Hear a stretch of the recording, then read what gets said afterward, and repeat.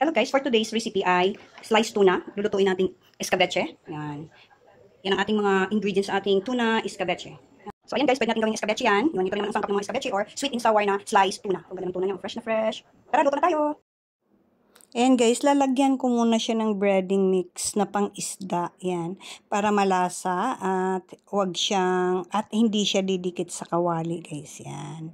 So, nilagyan ko ng breading mix na pang isda. Masarap siya pag may breading. Para hindi siya didikit sa, hindi siya didikit sa kawali. At the same time, nagkakalasa siya guys. Gawin natin yung sweet and sour or escabeche.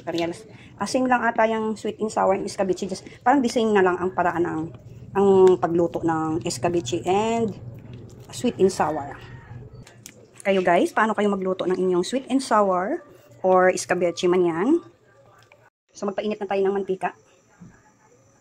Ang gamit ko pala ay Golden Fiesta canola oil. Baka naman.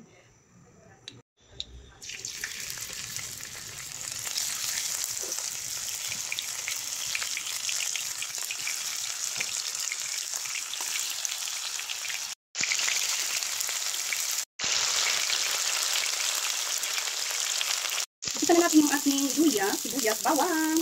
O yan, na yan. Yan, isa na maigi. Ating carrot.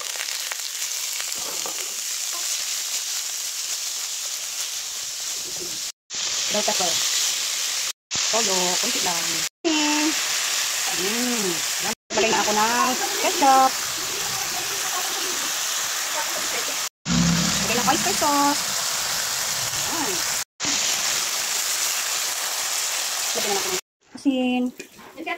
At pamintang powder. Wala na tayong sili. Lagay tayo ng konting sugar. Ayan. Lalagay tayo din ng suka. Ayan, lagyan natin ng suka, guys. Ayan. Lagay na natin yung ating pritong tuna. Aray ko, natalisik.